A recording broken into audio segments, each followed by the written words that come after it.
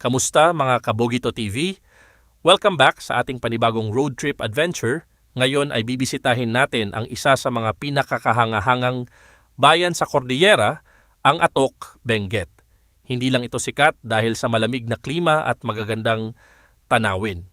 Ang Atok ay may mayamang kasaysayan at natatatanging heograpiya na naging dahilan kung bakit isa ito sa mga pinakapopular na destinasyon sa Northern Luzon. Tara, alamin natin. Bago pa man dumating ang mga Espanyol, ang Atok ay tinitirhan na ng mga katutubong Ibaloy at Kangkanaey. Kilala sila sa kanilang simpleng pamumuhay, pagsasaka, at malalim na paggalang sa kalikasan at sa kanilang mga tradisyon. Noong panahon ng pananakop ng mga Amerikano sa unang bahagi ng ika-20 siglo, nagsimulang umunlad ang infrastruktura sa Benguet.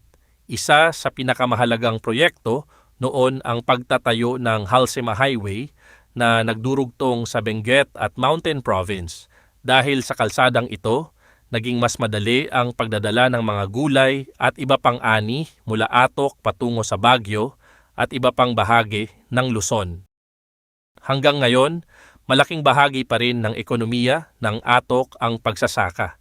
Matatagpuan ang Atok sa lalawigan ng Benguet sa Cordillera Administrative Region. Napapalibutan ito ng matataas na bundok, malalalim na lambak at malalawak na taniman. Dahil nasa mahigit 1,800 metro hanggang higit 2,400 metro ang taas ng iba't ibang bahagi ng bayan mula sa antas ng dagat, isa ang Atok sa mga may pinakamalamig na klima sa Pilipinas. Isa rin sa pinakatanyag na lugar dito ang highest point ng Philippine Highway System sa kahabaan ng Halsema Highway, sa taas na mahigit 2,200 metro above sea level. Dinarayo ito ng mga motorista at turista upang masilayan ang napakagandang tanawin ng kabundukan. Tinaguriang vegetable basket ang Benguet at malaking kontribusyon dito ang Atok. Dito itinatanim ang repolyo, carrots, patatas, broccoli, lettuce, strawberries, at marami pang highland vegetables na ipinapadala sa iba't ibang bahagi ng Pilipinas. Bukod sa agrikultura, unti-unti ring umuunlad ang turismo sa Atok.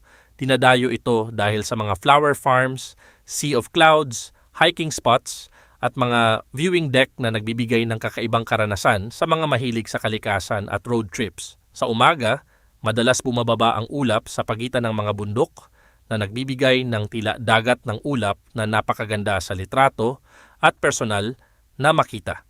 Ang Atok, Benguet ay hindi lamang isang destinasyon para sa magagandang larawan. Isa itong bayan na may mayamang kasaysayan, masisipag na mamamayan at kahangahangang kalikasan. Kung mahilig kayo sa road trip, malamig na klima, sariwang gulay at mga tanawing hindi malilimutan, siguradong sulit na sulit ang pagbisita sa Atok. Maraming salamat sa pagsama sa akin sa ating paglalakbay. Kung nagustuhan ninyo ang video na ito, huwag kalimutang like, share, at subscribe sa Bogito TV para sa mas marami pang road trip adventures at travel stories.